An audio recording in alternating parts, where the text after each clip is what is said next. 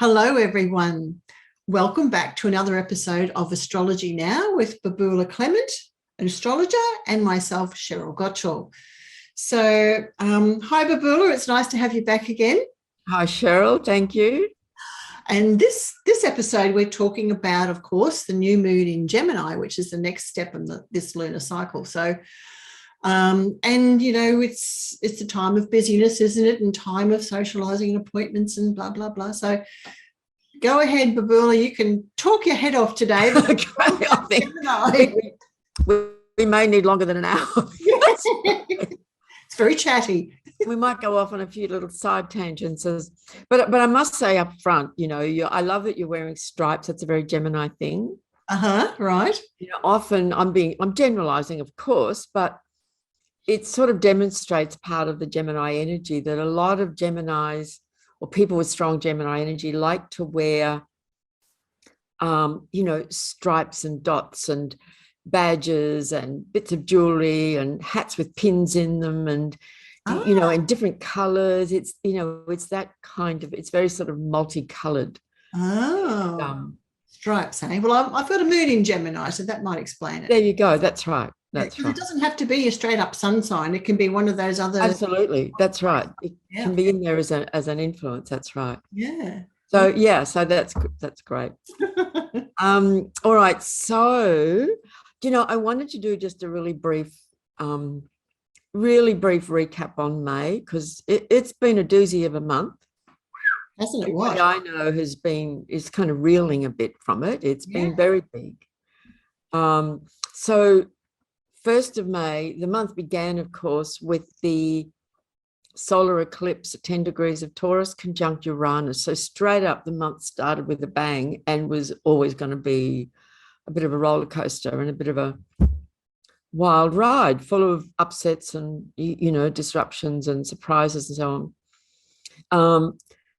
Then Venus went into Aries, and I'm only mentioning that because we've now come into a very strong Aries phase. The sun's not there, but other planets are in Aries. So Venus went into Aries on the 3rd of May and is there till the very end on the 29th. So the whole of the month of May, Venus is in Aries, and Aries is that fire sign, dynamic fire sign. May the 10th, Mercury went retrograde.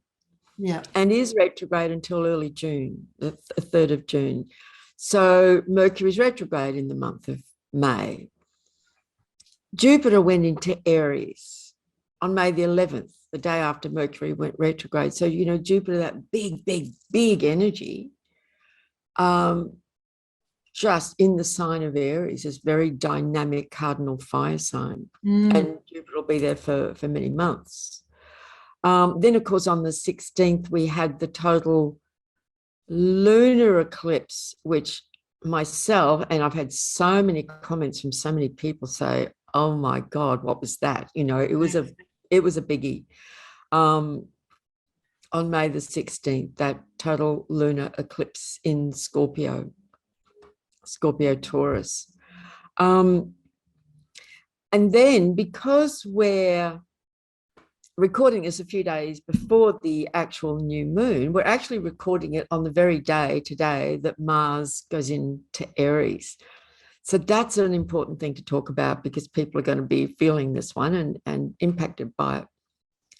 So, this is all the sort of lead up to the new moon.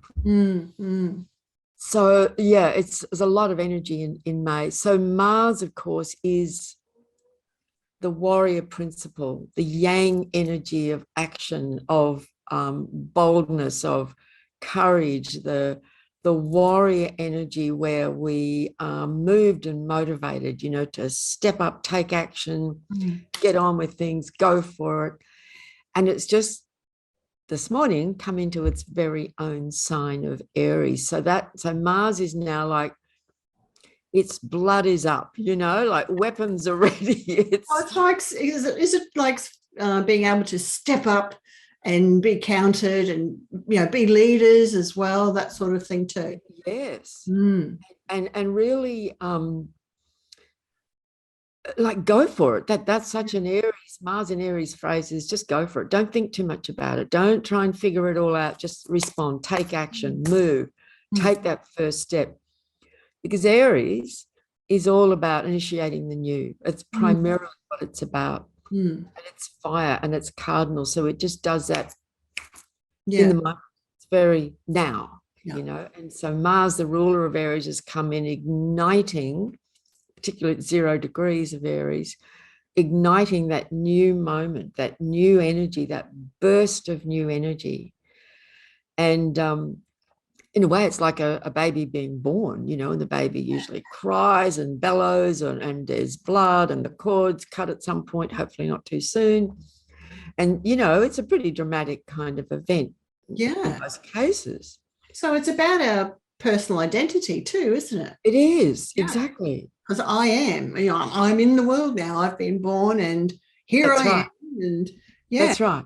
And the old classic phrase you'd see in the old textbooks, astrology books, for Aries is literally that. It's I am. Right. You know, I am here, I exist. Yep. And it's about that individuation process. You know, with Mars, we often cut cords, we individuate, we separate, we go our own way, we make decisions, we make choices, we get angry, we're all fired up. You know, so people are going to feel that. They're going to feel fired up. And that can include, you know, hair trigger anger reactions to situations as well. Yeah. So it's sort of like the initiation of the prodigal son who says, I'm out of here, basically. I'm going off to do my own thing. Yeah. That's right. So, you know, for the last 6 weeks, Mars, this planet has been in the sign of Pisces. So there's been a lot of releasing and letting go that's been going on, and a lot of, but also it's kind of created a bit of overwhelm, exhaustion, confusion, lethargy, like, oh God, it's all too much. You know, I can't be bothered. How can I cope? Yeah. And then when he comes into Aries, it's right, I've had enough of that. Let's go. I'm ready for action. I'm going to do something about this. And so if we're using this energy wisely and well, we'll feel that kind of flame being ignited, and we'll find ourselves beginning to move forward and take steps to get something done, or something we might have been thinking about for ages. You know, I'm thinking maybe I should run that course or start this new project, and all of a sudden, bang, find yourself doing it or taking the first step anyway towards it. Yeah. Cool. Yeah, it is cool. Pick that up later because it's going to come up in further conversations. Yeah. And of course the color, I know you talk about color, which is great. The color in astrology that we always associate with Mars and Aries is red. Just red. You know, it's that red-blooded, hot energy. Of course, it's also, you know, Mars is also the god of war in mythology. He's named after the god of war. Yeah. He's the Roman god of war. It was said that the god Mars was the primary god that they paid homage to in the Roman Empire. You know, it was all about the god Mars. And there were others, but the god Mars was extremely important. And so you get these images of, you know, Roman soldiers. And if anyone's ever listened to a suite of classical music by a composer, and I know virtually nothing about classical music, but I know about this because I've experienced it, by a composer called Holtz. And on it's just called The Planets. And he wrote this piece about Mars, and it's literally like, you know, the Roman army, boom, boom. Oh, it's so strong. Yeah. You know, and so. I was going to say that red color, it's a very passionate color, you know, so if people who want to take up arms are very passionate about that situation. That's right. That's why they're willing to go to war or become enraged, or they feel their blood boil. That's right. And it relates to the cardiovascular system. So all tying in with Mars and exactly. Yeah. So, yep. That passion is very much in that Aries energy. It really is. And you know, for those of us who know Aries people, and I know a lot of people with Aries energy strong, and they're just compelled to just step in. They're not thinking things through and making a plan. They're responding, they're just taking action. And that can be a really positive thing, you know, stepping up on behalf of others or because something needs to be dealt with, and they just do it. It can also have negative consequences, of course. You know, it can cause great disharmony and discord and rupture and war and battle and fights. And I mean, my two little grandchildren who, you know, I now live with my daughter, they've both got quite strong Aries Mars energy. Man, they've been fighting. It just was one argument and fight after another. We finally managed to calm things down. But I was very aware, you know, Mars has just gone into Aries, and you know, little children, they don't have the filters, and they just responding to energy. Yeah, I'm just thinking how that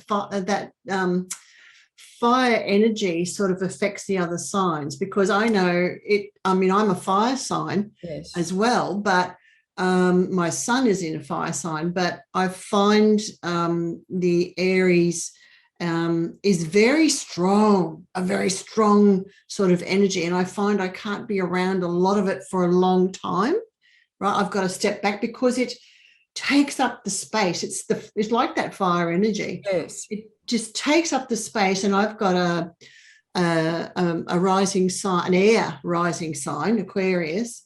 And it seems to consume my oxygen. Wow, amazing. That's right. And it's just totally consuming, and I've got to go. Like I've got some people who are close to me who have that who are Aries. It's like, oh, that's really nice for a visit. Bye now. You know, like, I've got to leave. It's a lot of energy, and you know, Aries people have a lot of energy. They go. Generally, there are exceptions always, because other things are in the chart, but generally it's a high energy sign. Yeah. And it's made for action, and they're often built for action. And, you know, even medically in the body, Aries governs the head and the brain and the facial features, the nose and so on. But it's also the red blood and the red blood cells, and it governs adrenaline. It also rules and governs testosterone. Yeah. You know, it's that male hormone that's in all of us in various degrees and so on. But you think of a hot-blooded young man, you know, with strong Mars Aries energy, you know, at that young age, their testosterone is, you know, is on full. Yes. And so they often want to take risks. They drive their car fast. They're pushing the edge, you know, that. And I was thinking in other older cultures, they would often have initiations where they're challenged, you know, their young manhood is challenged, and they come through that initiatory fire to help them move in. We don't do that in our culture. No, we don't. But they don't really have an outlet for it, so they often kind of go a bit wild and crazy with it. And often end up in jail. Yes, you know, it's testosterone and youth, and often alcohol run amok, and it's quite a volatile combination. Yes. So it's that energy in us, and it also rules things like sharp instruments, you know, so surgeons, dentists, even carpenters who are working with sharp instruments. So Aries medically can often be injuries from cutting, you know, wounding, accidents, bleeding, having to have stitches. And so on. I think I've heard that it's not a good idea to have surgery around when there's a strong placement there either. That's right. Where, you know, when the moon's in Aries, or it's a full moon particularly, or a full moon in Aries too, not like the best time to do that, because you know, the wounds may not heal so easily. So these are all sort of these Aries themes. And why it's so interesting is that today, as we're speaking, as Mars entered Aries and was at 0 degrees of Aries, so was the moon. The moon and Mars moved into Aries within about 2 hours of each other. That's and like a you know, firecracker. I know, my God, no wonder the kids were just, Yeah. erupting all over the place. Like I get it. I absolutely get it. Yeah. And that every tiny little thing would just set them off. Mm. And of course Jupiter went into Aries. So Jupiter's now, I think, at 2, almost 3. So, Mars is approaching that Jupiter, and that will occur. Where did I write it? Oh, why can't I see it? I have written it down somewhere. Anyway, somewhere over the next little while, it'll be in this print, Mars conjunct Jupiter. Where is it? On the 29th of May. Oh, okay.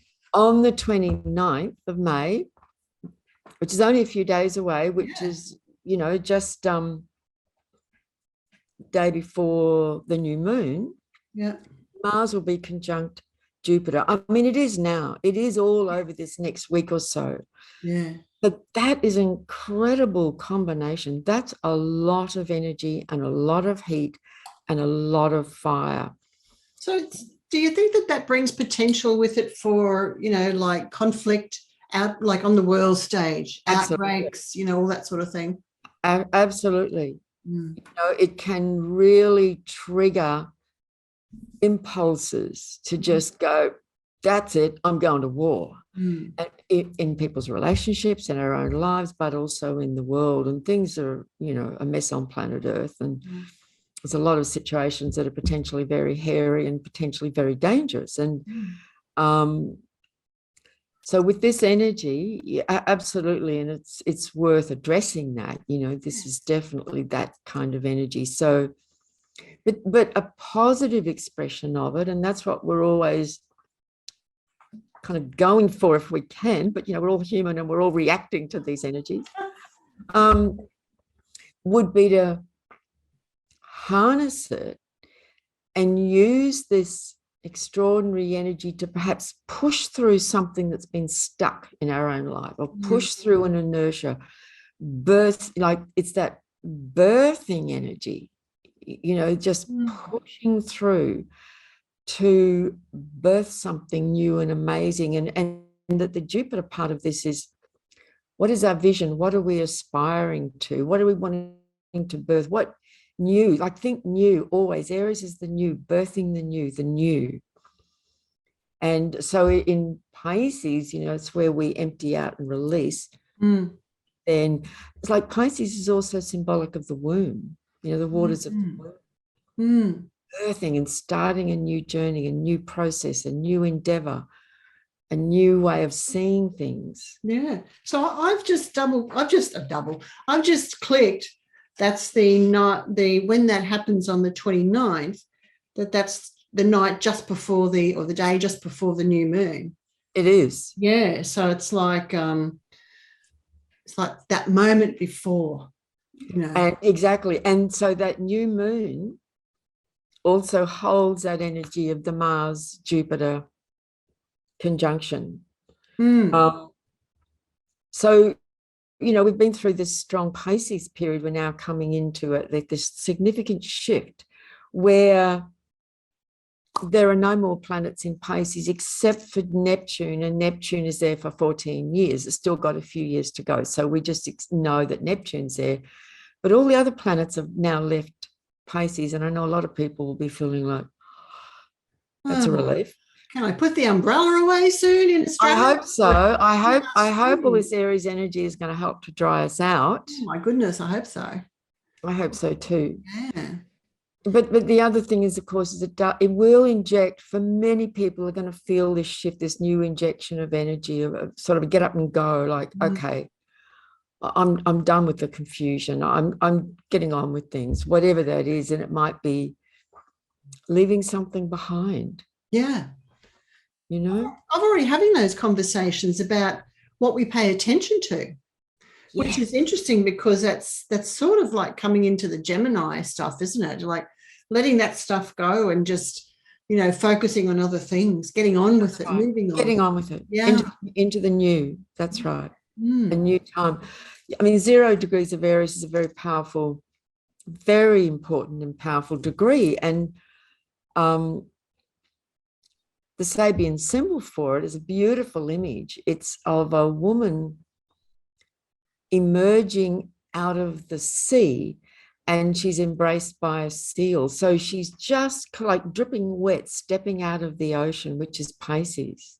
You know, and the seal is still with her. And of course, seals can be in the water and on land. It reminds me of that beautiful, beautiful story of the silkies, you know, from the Celtic tradition, the shedding of the seal skin and so on.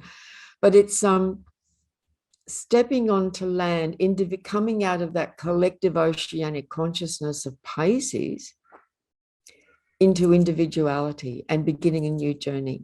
Yeah. Yeah. Really powerful ideas and images, and for us to really get hold of and go with, you know. Yeah. Fascinating.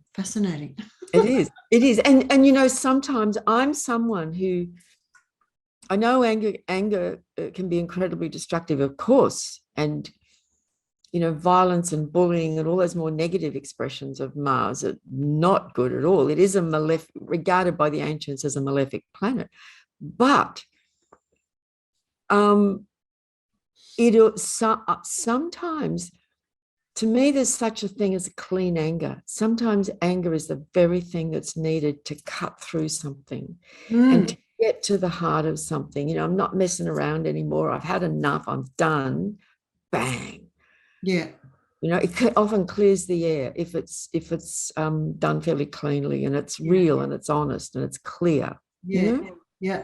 And I think you're right there in getting to the heart of things, because in past relationships where I have had arguments with a partner, that you know, it's quite destructive actually, because it usually anger. For me, I don't anger very easily, but when I do, it's like the lid blows off, and it wipes me out the next day. I've just boom, I've got no energy. It takes a lot of energy to you know, burn up and really bubble up like that. So but when you get to the heart of that anger, that's right, and you cleared that, you go, oh, actually, you know, I still love you, or, you know, or I want to be with you. I don't want this anger to get between us and all those. That's right. Yeah. So it is a clearing, isn't it? It is a clearing. Yeah. Absolutely. And it could be something that's been held back and held back and held back, and we haven't been clear ourselves about what's going on. And then all of a sudden, like, it just flares up, and it really, it's that cleansing power of fire. Yeah. And it's a transmutation from red to pink, which is red, the anger, to the pink, which is the ascended red, which is love. Yes. Yeah. Exactly. And I go back to my grandchildren because they are part of my reality, and I see so much, you know, I just see so much, and this is wonderful demonstrations of living astrology, you know, before my very eyes. But I see that they can have those big fiery outbursts about whatever, either with each other or about anything. And afterwards it's over. Yeah. And they're usually kind of just really soft and open and carry on like almost nothing's happened. It's fascinating. It's sometimes it's just what needs to happen. Yes. Yeah. Yeah. It's not always pleasant though. Anger's not pleasant. No. Nobody likes it. Yeah. So it's an interesting thing. Mars is you know, it's not one of the easiest planets, let's say. It's not an easy one. Yeah. But he is at home now when planets are in their own sign. They're at their pure expression and they're in full power. Yep. Full power. So Mars is absolutely himself now for the next 6 weeks. He's at home in his own energy.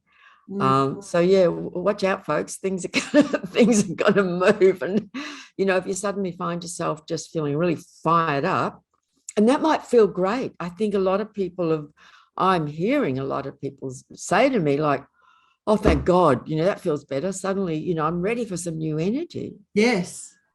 Yeah. Yeah. We feel, and you know, a healthy Mars energy helps us to feel vitalized and alive. You know, there is such a thing as healthy Mars energy. We're able to take action. We're able to make a choice, make decisions instead of being like, oh, I don't know. You don't get, no, I know what I need. I know what I want to do. I'm going to go and do it. Yep. Or I'm having that. I'm not having that. Yes. We're able to make those choices. Yeah, very clear. Very clear. And take action, act on it. So it's great. I think it's great. Mm. Right, so that's my little rant about Mars, but it's happening. Okay. Then on so May the 29th, as I said, also on May the 29th, Venus goes into Taurus. Yeah. So we have the Mars-Jupiter conjunction at 3 degrees of Aries. Big, big, big, big energy. But beautiful Venus, the feminine counterpart, we could say, it's the yin and yang. The counterpart to Mars, she moves into Taurus, which is her own sign. So we have this feminine, masculine principles. They're principles that exist in all of us, whatever gender we are or identify with, these are principles. And they will both be then in their own natural sign. So this is on the same day as Mars. Well, no, Venus goes into Taurus on the 29th. Yes. Mars into Aries on the 25th. Oh, okay. Right. All right. But they will be in their own signs for, some weeks to come. And so Venus in Taurus is like more of a calming energy. Right. Yes. Grounding, And I'm always reminded by a painting that I absolutely love, and I've often used it when I'm teaching about Mars and or Venus, is a painting by Sandro Botticelli. I forget what it's called. And it's an image of, because in the myth, Mars Aries, he was a very lusty fellow, he loved battle and war. That's what he was made for. But he's also, very sexual and had, love affairs with everybody. But his favorite was the goddess Venus Aphrodite. And there's this beautiful painting of Mars after they've made love. He's lying naked. He's sprawled out like this on the ground. It's a very pastoral scene, as they love to paint. His armor is strewn all over the place. All the little cherubs are playing with his armor and his sword and his shield. And Venus Aphrodite is sitting there in all her glory, just looking beautiful and awake while he's there. Yeah. But what's so beautiful? Brilliant image to many women. I know, it makes us all smile. But it's so beautiful because to me it symbolizes that Venus, this principle of love and beauty, is able to cool Mars's aggression and fire.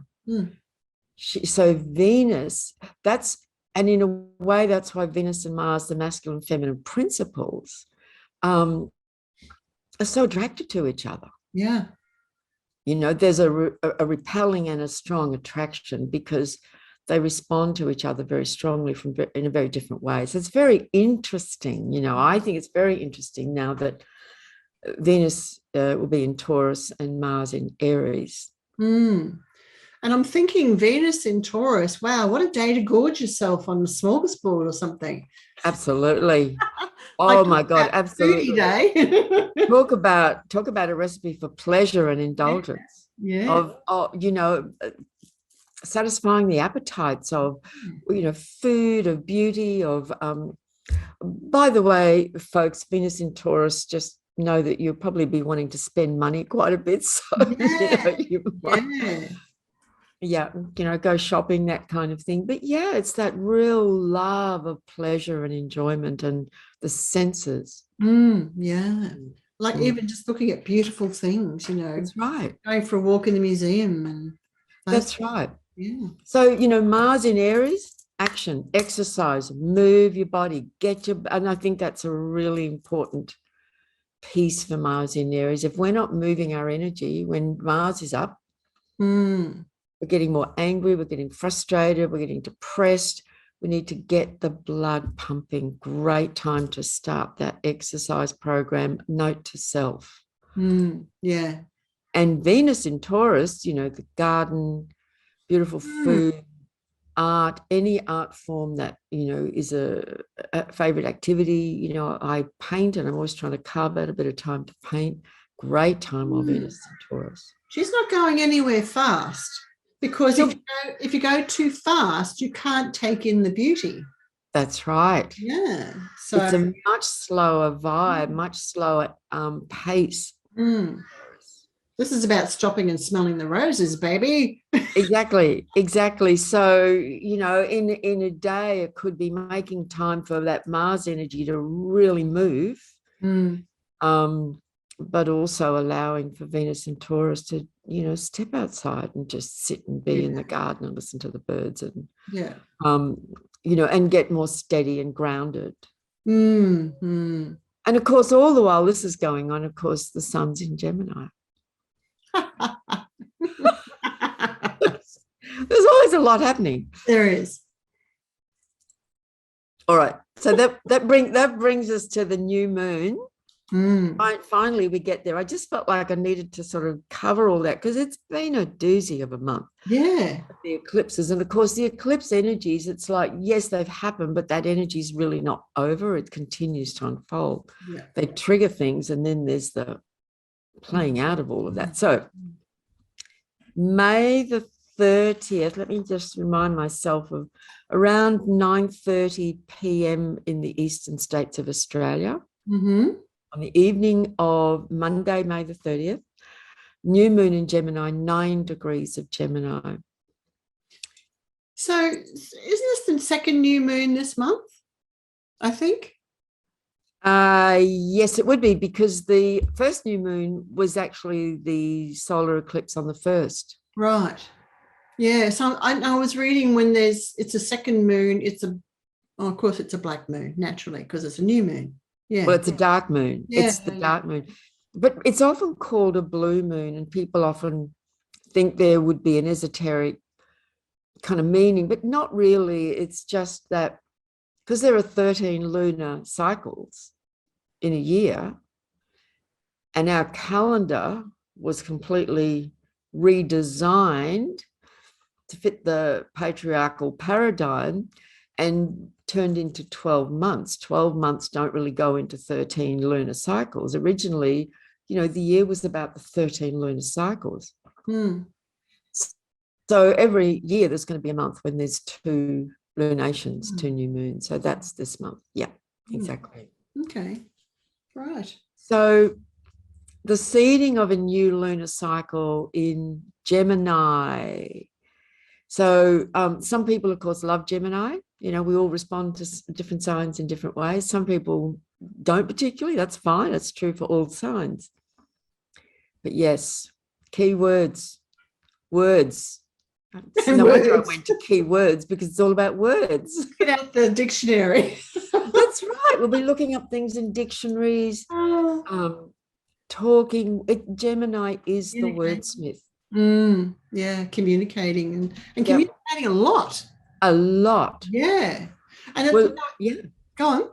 I was just going to say, well, you have a Gemini moon, and a huge part of what you do so many things, is communicating with people and sharing information and having conversations and interviews, and that's what you do. Yeah.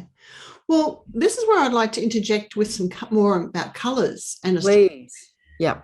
I was thinking, now in the Orosoma system, which, by the way, I think it's got well over 120 bottles now in it, which are, you know, often have 2 colours, one on the top and one on the bottom, and I'll show people in a minute who haven't seen this before. But I was thinking it would probably be, I thought yellow, because this is about information, intellect, knowledge, messages, all this sort of stuff. But then I thought, you know what? I think you need some energy, because it's very flighty and it takes up a lot of energy to be the messenger and go out and tell the world everything that you can. So initially, you know, in one of the things I read, it was this bottle, which is the B6 bottle, red on red. But I actually think it's more to do, which is, by the way, relates to Aries, doesn't it? Absolutely, it does. Yeah. But I was thinking it was the one before. Because first of all, you have to think of these bottles as little people. So the upper fraction is the personality, and the bottom fraction is the soul emanation. Yeah. So, but you can also think of it as conscious and unconscious. I mean, all sorts of different things. Yeah. But for me, I thought, well, with Gemini being represented by, this is my personal feeling, I may be absolutely wrong, which is about the carrier of information, but you got to have a lot of energy to do it, right? And it's such a flighty sign.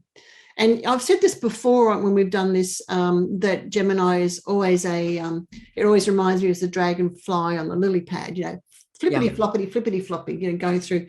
And, and I guess you could think of our insect world as like that too, because as they go, they're pollinating different things, right? Yeah. So, but, it's got to have a lot of drive to keep sending the message out, So, but because it's so flighty, and I do know a few Geminis, they're not terribly grounded, because they've got to be busily going along like this at the surface level to impart information quickly like this as messengers, which means they don't go down into the depths of the effects of the information they're imparting to other people. I've said that. They're not interested in connecting. They're actually can be quite detached. In fact, it's important because they don't have time to be connected, right? So they're not going to sit down and have a D&M after they've told you something miraculous and profound. No, that's not what Gemini is going to do. Yeah. They're just about sharing the information. So in a way, Gemini it teaches us the skill of detachment in its own strange way, which I always sort of relate to as Aquarius, but actually it's a Gemini trait too, if you think about it. I think it's that air element. Yes. You've used the word flighty a few times, and you're talking about insects. In the natural world, like everything that we see and experience in life, you can sort of assign to a certain sign or planetary energy. So absolutely, Gemini to me has got to do in the natural world with the winged creature. It's wings, birds flying, insects with wings, bees, grasshoppers, all of them. Yes, absolutely. Buzzing around, and they're moving quickly. And, you try and, catch a grasshopper and pull it off a plant when it's devouring the plant, like, boing, he's gone. Yes. And birds, flight. It's always, and it's a mutable sign, the four mutable signs, Gemini, Sagittarius, Virgo, Pisces.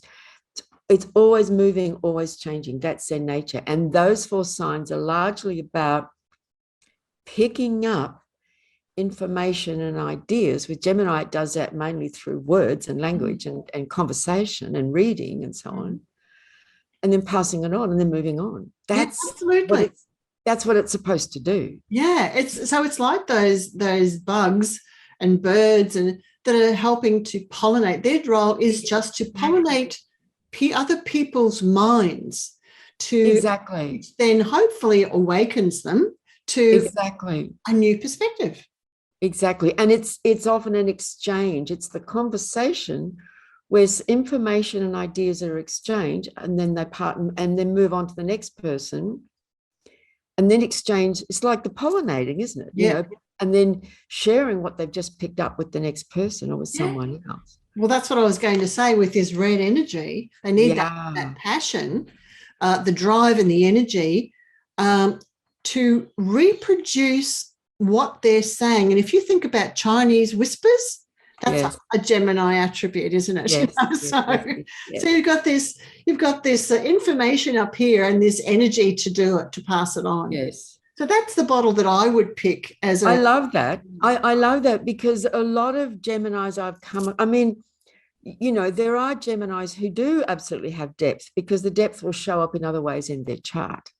But Gemini itself, its function is not to go too deep. It's to keep moving, because it's got a job to do. Its job is to keep this exchange of information going on. So they're always picking information. Like I've always said, and I stick by it, you know, don't play Trivial Pursuit with a Gemini. You won't stand a chance, because they just pull out these bits of information from the air, you know, they just do. So I forget where I was going, but yes, it's a very moving. So that's why we're often so busy, because there's so much communication going on. We find the communication starts coming in from every direction. And of course, while we're in this Gemini new moon cycle coming in, Mercury, the ruler of Gemini, happens to be retrograde. On top of everything else. On top of everything else. That's right. So, you know, it's all a lot of fun. And, you know, Gemini to me is also, I'm one who quite enjoys Gemini, and I find it light and playful, you know, and I've known older Geminis, like, you know, in their 70s, 80s, 90s, they still have this youthful, cheeky, playful quality about them. You know, it's because the mind remains curious. So while the sun is now in Gemini, and we're coming into this Gemini new moon. The new moon, of course, is always about the seeding of a new idea, isn't it? And in Gemini, that's particularly so. What new idea or possibility is ready to be seeded, that's got something to do with information, the sharing of information, the gathering, the picking up, knowledge, you know, words, language. And where is Gemini in the chart? You know, for me, Gemini is up in the 10th house. It's my midheaven and 10th house. So it's always a busy time of year for me, because it's related to my work very much. And yeah, it keeps us on our toes, you know, but the energy itself supports that. I know one thing I was going to say before. Geminis often don't get a lot of sleep. And I've known Geminis to say, no, I don't need much sleep. 4 hours a night, I'm fine. Because you know, if we wake up some mornings and it's really early and we just can't go back to sleep, it's usually because the mind has kicked in. Boom, mind's awake. Yes, I have that problem. Yeah, it happens to me some mornings too, and I go, okay, this isn't going to happen. I think I'll just get up and get on with it. But the other thing I wanted to bring up about Gemini too, though, is the duality. Yes. Yeah, the dual nature of it. And there can, you know, there can be a bit of two-facedness. There can be, so you can get this what's the word I'm thinking of? Chatting behind other people's backs. Gossiping, yes, thank you. Yeah, that's a negative expression of Gemini, definitely. Yeah, those sorts of things. So, and we saw it, and you know, liar, pants on fire, you know, that whole energy. You know, we've seen a lot of that in the last couple of years on the world stage. So, yeah, there's that to think about as well. That's right. And, you know, it's a sign of duality there, and it's mutable. Like everything about it is quicksilver. You know, Mercury, quicksilver, that's what it's like. It governs the lungs, breath, air sign. Yep. So how are we taking care of our lung health? Are we getting enough oxygen? Are we breathing? Big issue, you know? Yeah. Big issue. Yeah. There was something else something sort of popped in and then popped out again. Well, I was going to mention too, I mean, you can have that, I know. Because it's to do with the mind, you can have people who develop schizophrenia, for example. Yes. You often have those traits. I even know some Geminis who don't even finish a sentence. Yes. Because their mind is so quick and flighty, it doesn't even doesn't come down from here to here and come out, you know. That's right. Or if they're trying to type, the fingers can barely keep up with the thoughts, you know. So yeah, it's the sign that produces, you know, writers and educators and also the media. So this always becomes a big issue when there are planets moving through Gemini. You know, what kind of messages are we receiving from everywhere, but what kind of messages and announcements through all different media, you know, mainstream media, alternative media, social media. There'll be a lot going on in that arena. You know, watch this space, because also with Mars in Aries now, Jupiter in Aries, there's a lot of energy, and this new moon in Gemini, there'll be a lot going on around that whole area of information. And, you know, you'll often get with Gemini, say one thing 1 minute and the complete opposite the next, because that's the twins, that's the duality of it. Yes, yeah. You just said, and the response might be, no, I didn't, or, well, that was true then, now this is true. Yeah. Changed. Yeah, you got to keep up with them.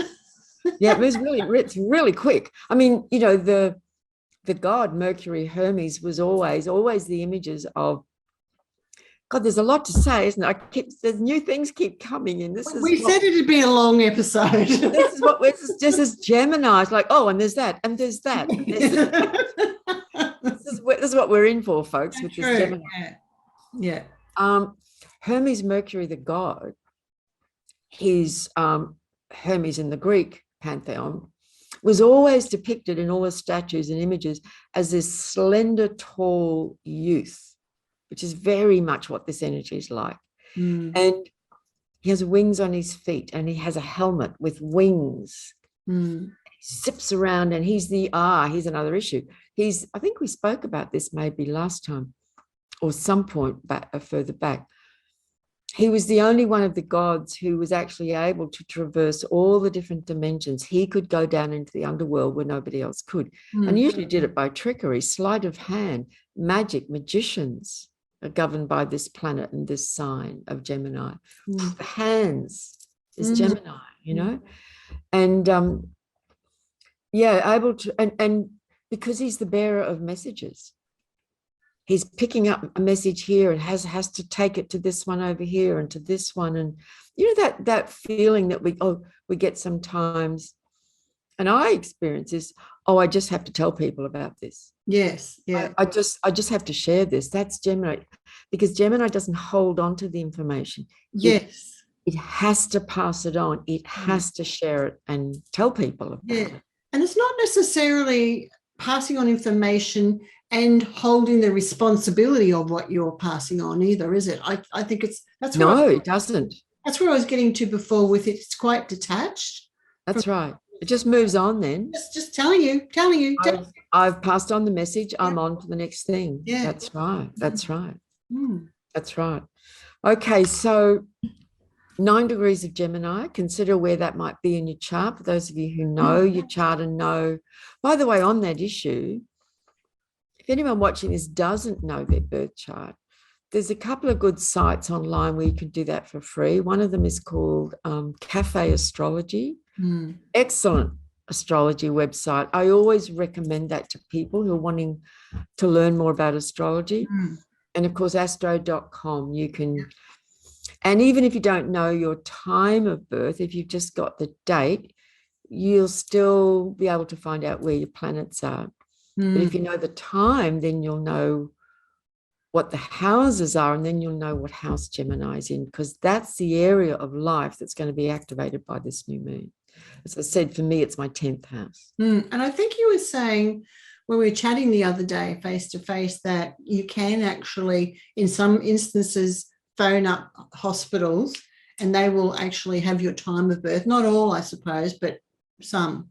That's right. If they still have the records. Yes, yeah. You know, and I do know, you know, we're talking in Brisbane, the Royal Women's Hospital in Brisbane does have the records back to, I think it's the sort of late 40s. It's quite a while. Back in the day, it was all written on cards, you know, and they go down into the basement and find the file.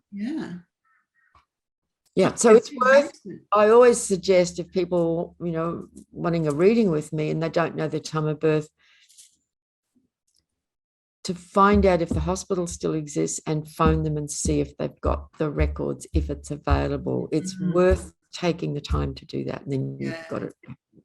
And if you're doubting, if you're wondering, if you've got that issue or you don't know your time and you're wondering, do I fall into the Gemini here with my, with whatever? I always say, if you can't walk past a bookshop, then there's probably a high probability that you've got some strong Gemini placement. Exactly. That's exactly right. And there are books piled up everywhere. That's right. House of books, as mine is. Yep. And, like it's the Gemini who'll pick up the phone for a chat.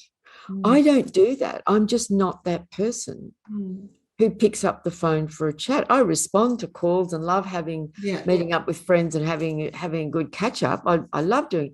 But it never even occurs to me just to pick up the phone and have a chat. I'm not really a phone-oriented person. Yes, I'm not. Geminis are. Yeah. Well, I'm not either. I've got a moon in Gemini, but I'm certainly texting, typing, sending. That's right. But I find it's the other way around. People call me. Yes. They tend to call me about hi, how are you going? But and like you have a day of 10 phone calls, like I'm exhausted. That's right. So folks, this is what we're in for over this next lunar cycle, this Gemini energy, just also fueled up by some Mars in Aries. Yeah. What else have we got? I feel like we spent so much time on Gemini, but it called for it, didn't it? It really did. There's just so many things to say. And we were both talking quite quickly and thought, and then I've got something else, and then you jump in, and then I jump in. That's what it's like. Yes. One thing before I move on, Mercury is going to turn direct on June the 3rd at 26 degrees of Taurus, meaning all around this new moon period, Mercury is stationary, slowing right down, coming to a standstill to turn direct again, so that we always kind of quite relieved when Mercury finishes his retrograde period. And it's square Saturn in Aquarius. Now, one of the, and that's included on the new moon as well, is that can be experienced as, in the outside world, this is actually reality. It's happening, the control of information. Yes. The censorship of information. Yes. Saturn square Mercury. No, I'm not going to let you speak. It can be our own fear around, I can't say that. I can't, the contraction in the throat chakra, because Mercury is now retrograde in Taurus. Oh, yes. Throat, yes. I can't speak, I shouldn't speak, I'm not allowed to speak, I'm afraid to speak, that contraction around there. So that's just something to be aware of. Well, I'm already seeing that in social media, because I'm reading things from people saying, I used to put out a post or information, and I would have 1,000 or 2,000 responses. Now I'm getting 5. So people are getting shadow banned and also shut down. That's right. Pressed and yes, and they're having posts just removed. Yep. Yeah. And well-known people who have got big followings, And no, it's happening everywhere. That's right. Yeah, that's right. Yep. Okay, so Mercury goes direct on June the 3rd. Then, he's very, very slow moving, so it'll take him a while to gather momentum again and get going and come out of that shadow period. But it will be, mind you, when he turns direct and during the new moon, he's at 26 degrees of Taurus, just kind of sitting there. I'll just touch on this because it is interesting, which is the same degree as a very powerful, quite challenging fixed star called Algol. And Algol has, from ancient times, a reputation for being quite sinister, violent, destructive, negative, and it's got a lot to do. There's a whole mythology around it, with the lopping off of heads. It's often regarded as the fixed star of beheading. That's a word you'll see a lot. Now, that can be a metaphor for, get out of your head and get into your body. It can also be, I have noticed over the years, because I look into these things, I'm a little strange that way. It can sometimes show up around suicides, and quite strong dramatic events when people have a planet in their chart at that 25, 26 degrees of Taurus. It's quite a strong degree. So Mercury, the stationary Mercury on this new moon, and about to turn direct again, is sitting right on that degree. So, I don't know exactly what that will look like on the world stage, but there could be some, quite strong things. Well, there are strong things going on. Who are we kidding? But, there might be some strong events taking place that are expressed through different avenues of media, and thinking, well, which one of these is true, and so on. Off with their heads. Yeah. And whatever that might mean, might be literal, might be as a metaphor, but it's a strong degree. Right. People know that. Yeah. And when was that? That's well, it goes direct on June the 3rd at 26 degrees of Taurus. But even on the new moon on the 30th, a few days before, it's at 26 degrees of Taurus because he's stationary, he's slowed right down, just sitting on that degree. Right. So in that period, actually kind of from now through to very early June, Mercury's really, really slow, sitting around that degree. So I'm curious. That's another thing about Gemini is curiosity. Because I think what keeps Geminis so youthful in their attitude is just this endless curiosity. Yes. So and that's why part of what you do and have so many different things going on is because you're curious about all of these things. You want to find out. You're always finding new information, and then you have to share it. Yes. That's what Gemini does. I'm just thinking about Algol, with the off with their heads. I'm just wondering I think I've already seen a couple of people in the political arena who've sort of gone. Well, it's a bit like that, isn't it? Our PM, it's like, yep, he's been gone. And that, even that movement, we do that as a kind of symbolic gesture, meaning you're gone. That's the end. Yeah. That's the end of that. That's right. Yeah. So, it can really be a moment of real sudden and quite intense ending of something. Yeah. And then the full moon on June the 14th. But it's all this, like this month of May right through to the end is such a strong, strong month. I think you should record that. I think I should do what? You should record just what you said and play it. This month is a strong, strong month because it seems to happen, 9 times out of 10. I know. It's just, press repeat. Yeah. I mean, those eclipse periods, eclipse phases are always very strong, but this one with everything else, but always also in the context of what's going on the planet, with every single aspect of life. Yes. I'm wondering though, did you notice before previous to the last couple of years that things were as strong and as powerful as they seem to be now? They seem to be quite intense, but is that because we're all focused on it? Or is it could be. I could be, we've always been through very strong periods and cycles, astrologically speaking. But I really do. It's a good point. I really do think it's because, since January 2020, with that Saturn-Pluto conjunction hit and the gates of hell opened, as dramatic as that may sound, to me, that's what happened. Yes. It's like everything now has this intensity about it. And, every day. And then, so I think as these planets are moving and doing their thing, I think we're just, and everyone's feeling, stressed, exhausted and so on. I think everything seems to be heightened, but also everything is accelerating, isn't it? Like time is changing. Our relationship with time is changing. People who track these things, and this is quite scientific, like the activity from the sun, this isn't just made up, this is happening, is off the charts. Yes. Yeah.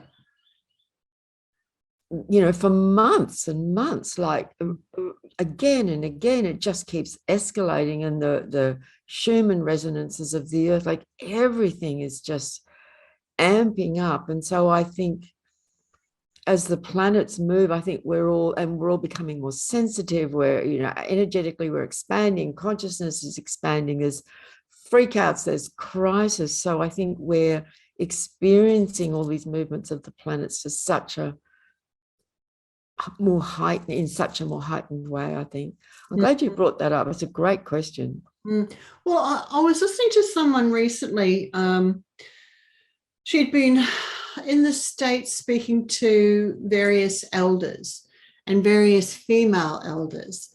And they're talking about, she was saying that, we're in a time, because we're changing from from the age of Pisces to the age of Aquarius, and we're smack bang in the middle of that, yes, the beginning of that transition, and how we've come into the end of this cycle, which you and I have talked about, and the end of this cycle is falling into the beginning of the next cycle.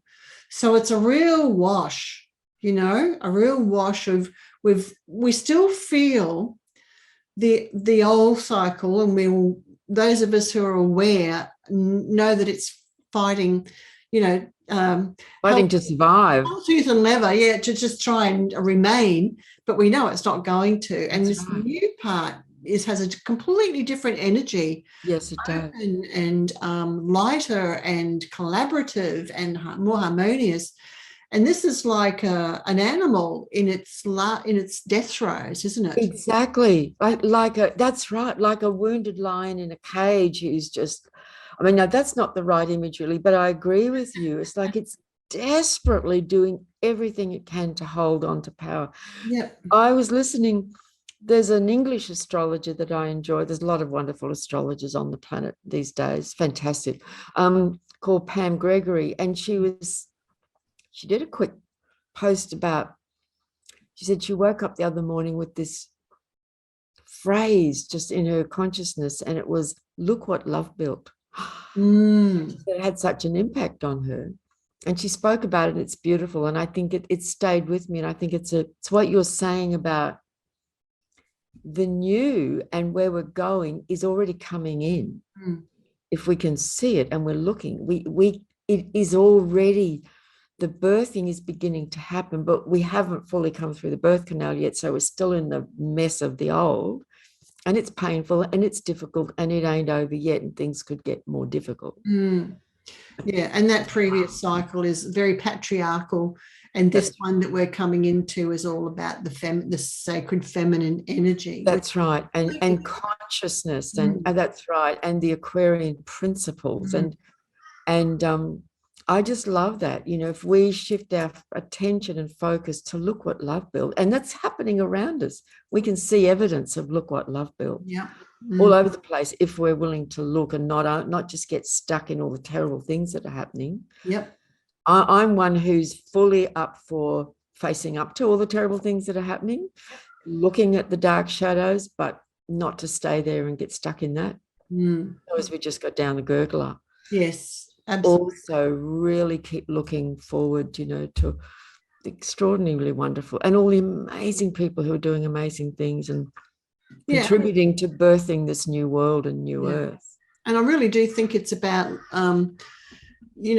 those of us who are much more in tune with that new world that's being born now. It's just about now for us being in the world, but not of it. That's right. And remaining in that. I don't even know how to say it. It's like that. It's not so much a bubble, but it is a bubble. But it's like the yin and yang, where you've got the dark with the little dot and the little dot that's lighter in the dark. It's like being in that bubble there, but moving at the same time. Yes, it is. It's Moving all moving. Yes. yeah, yeah. So that's right. So we have days, in my experience, days when we're feeling really elevated and clear and positive, and other days where we're deep in the stuff, you know.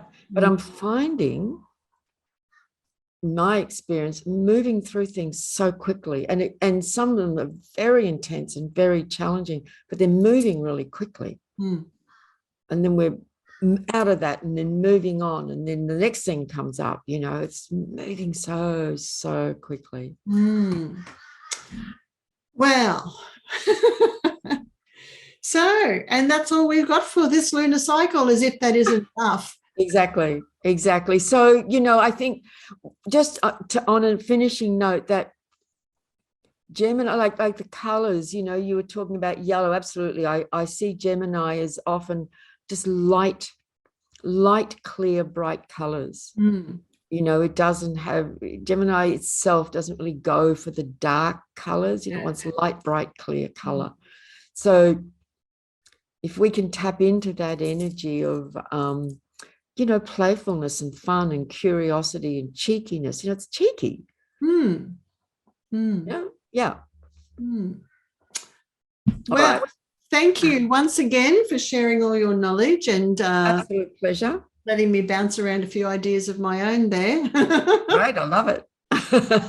And remember, everyone, if you enjoyed this episode, please hit the like button, subscribe, tap the bell to make sure you get the notifications, and leave us a message. I know some of you left us more messages the last episode than we've had so far.